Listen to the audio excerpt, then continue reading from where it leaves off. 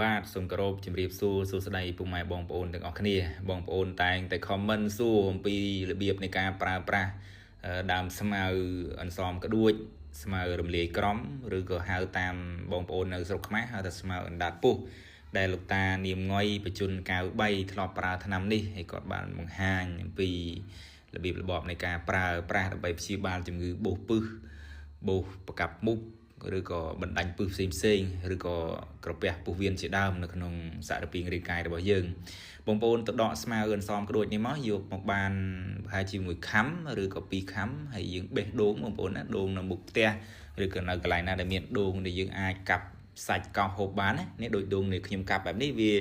រៀងចង់ខ្ចីបន្តិចបើបានសាច់ច្រើនជាងនេះតិចរឹតតែល្អហើយបងប្អូនកោសហើយយកទៅដាក់ដាំរងាស់ជាមួយទាំងសាច់ហើយដាក់ស្ករត្នោតដែលយើងប៉ាន់ស្មានល្មមថាអាចផ្អែមទៅយើងហូបវាស្រួលហូបបានគឺយើងដាក់ទៅយើងហូបបានដែរហើយបងប្អូនបងដាក់ស្មៅអន្សមក្ដួចនេះដូចយើងស្លអញ្ចឹងបងប្អូនស្លដូចយើងស្លបែបអញ្ចឹងយើងរំងាស់វាប្រហែលជា5-10នាទីទៅឲ្យវាចាញ់ជាតិថ្នាំឲ្យច្រើនទៅ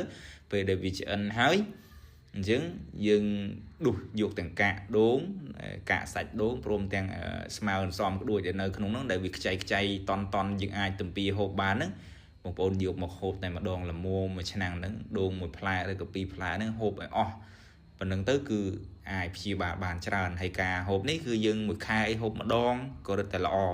វាអាចបណ្ដាញជាតិពុលជាតិពឹសក្នុងខ្លួនកុំឲ្យមានបោសមានពឹសបាទហ្នឹងហើយអរគុណច្រើន